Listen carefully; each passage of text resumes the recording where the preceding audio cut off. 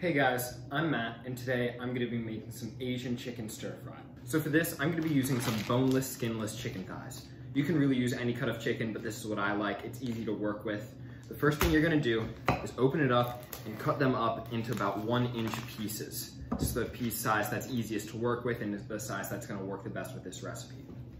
Alright, so now that your chicken's all chopped up, next thing we're going to do is work on a marinade.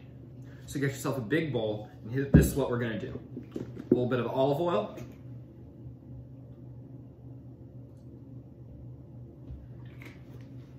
a little bit of soy sauce. I like to do my liquids all together first, then add whatever solids I'm going to put in there. A little bit of sesame oil. This stuff is very potent, so be careful. There's a reason it comes out very slowly. Painfully slowly.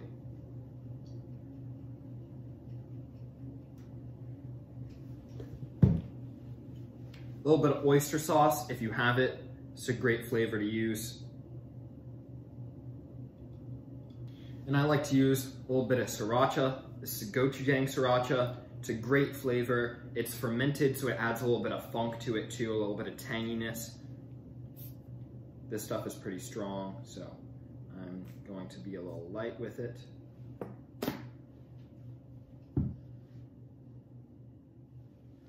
And then a little bit of rice wine vinegar. Now you're just going to take whatever you have, mix that up a little bit, try to get it as homogeneous as possible, although obviously some components are oil, some components aren't, so you're not going to get it perfect, so don't worry about that.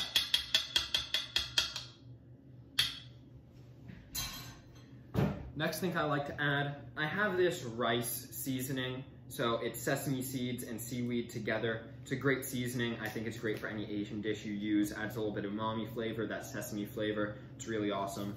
Sprinkling a little bit of that. And then ground pepper. Fresh ground pepper is always better. Trust me. If you have shake pepper, that stuff is garbage. Get rid of it.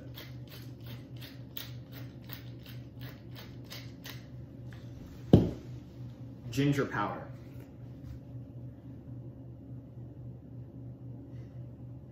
And I'm gonna say here, I know a lot of you guys might not have some of these ingredients since we're in quarantine. That's part of what inspired me to make this. I was able to kind of throw together some stuff that I already had that I might not otherwise be using. Feel free to omit any of these ingredients other than maybe olive oil. That's pretty important just as the base, but most of you guys have that. Next thing we're going to use is a little bit of cumin. It's a great spice. Also has a pretty strong flavor, so I'd be careful with this stuff, but it's awesome. Love using it. And then just a little bit of garlic salt. Unfortunately, I'm out of just normal kosher salt, but I love a garlic flavor, so instead of doing salt and adding some minced garlic, I'm using this roasted garlic salt. It's going to add a really great smoky flavor too. And the soy sauce is also going to add a lot of salt, so you don't really need to use a lot of this. And in fact, I am also going to add a little bit of this minced garlic.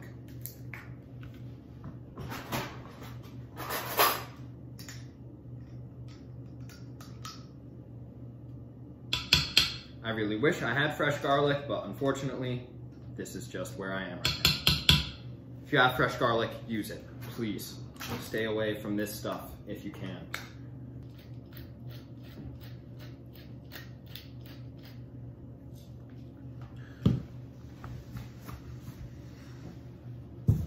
So the way I like to marinate, get yourself a big bag, open it up, take all your chicken and just put it right in there.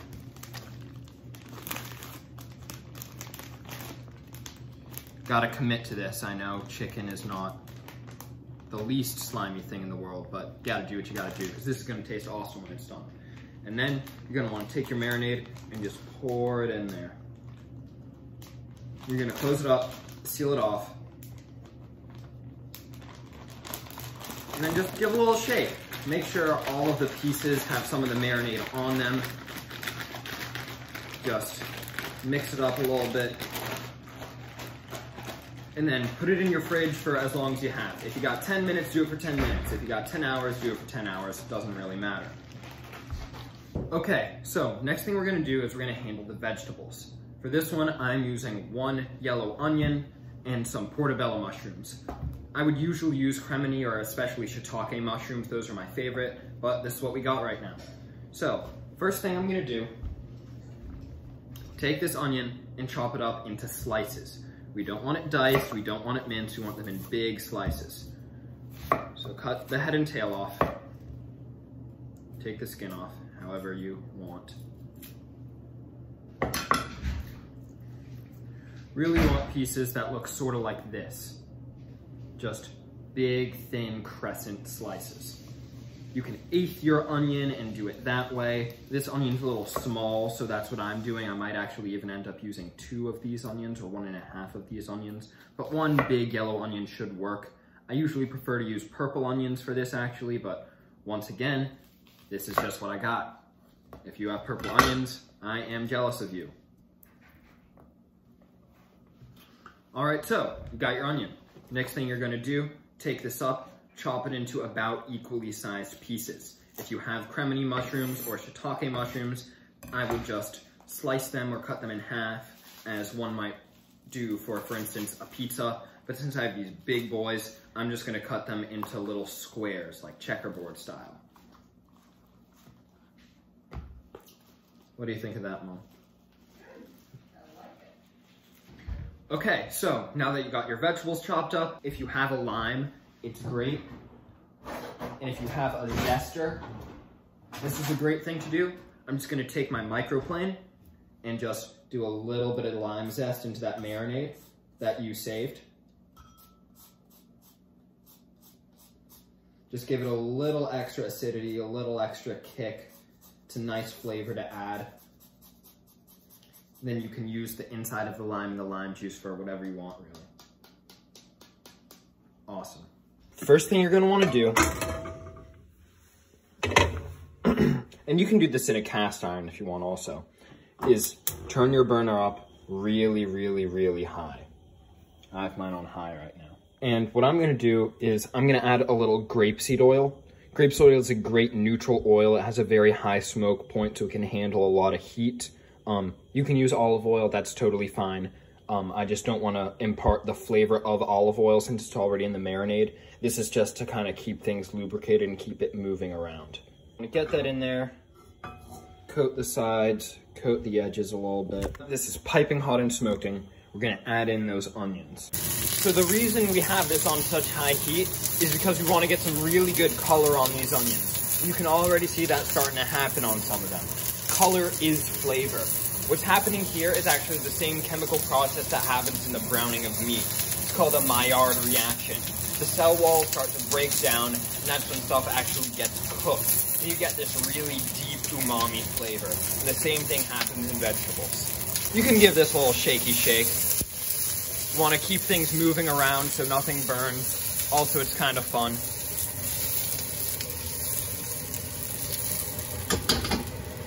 So now that these onions have some nice color on them, the first thing we're gonna do is turn down the heat a little bit because now we're gonna add in these mushrooms.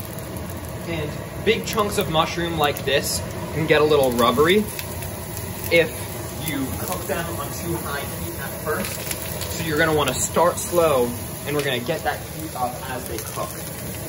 Now with this, I'm gonna add in a little bit more oil and the rest of that marinade that I saved from before, and it's gonna add some really nice flavor to this vegetable mix. Oh yeah, this is going to be so good. I'm just gonna move this around a little, mix it all in, make sure everything's in a good place and got some good flavors on it. And I'm gonna add a little more of a couple things. One of them is going to be soy sauce, which is always a great flavor to use in Asian dishes like this. Adds a little salt, adds a little umami. I'm gonna add a little bit more of this sriracha. A little bit more rice wine vinegar, just to sprinkle. And a little bit more of that minced garlic that I used earlier. Now we're just gonna mix this all up, get everything moving. Put the top on and just kind of let it be for a little bit. After I put the top on, I like to give it a little bit of a shake. Don't be afraid if the top moves a little bit, it doesn't really matter. You just kind of want everything to even out. All right, so now what I'm actually gonna do is I'm gonna take this top off, and be careful, there's gonna be a decent amount of steam. And I'm gonna move this off the heat and turn this burner off real quick. And what I'm gonna do is I'm gonna put these vegetables in a bowl and save them for later. They're gonna come back, I promise.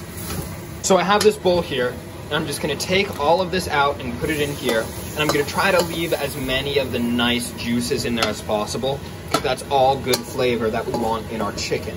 And that's what's gonna happen next. I'm gonna turn this heat back on, and I'm gonna put the chicken in this wok and cook it there. So now we're gonna turn this burner back on, put it on medium-high heat, not quite as high as it was before, and do a similar thing. We're gonna add a little bit of that grapeseed oil that worked so well last time. So since I don't have much marinade, I'm just gonna take the chicken as is and dump it right from the bag into that wok.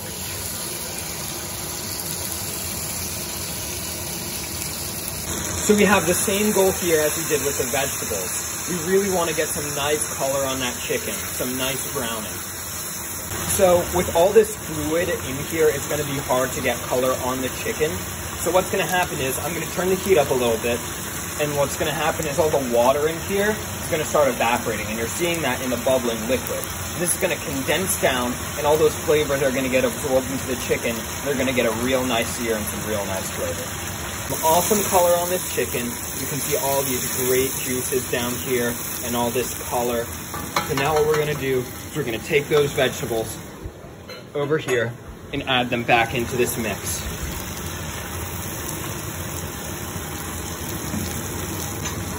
Stir it around, keep that moving, and this is when you're gonna wanna turn the temperature down a little bit. So I plated this over a little bit of brown rice.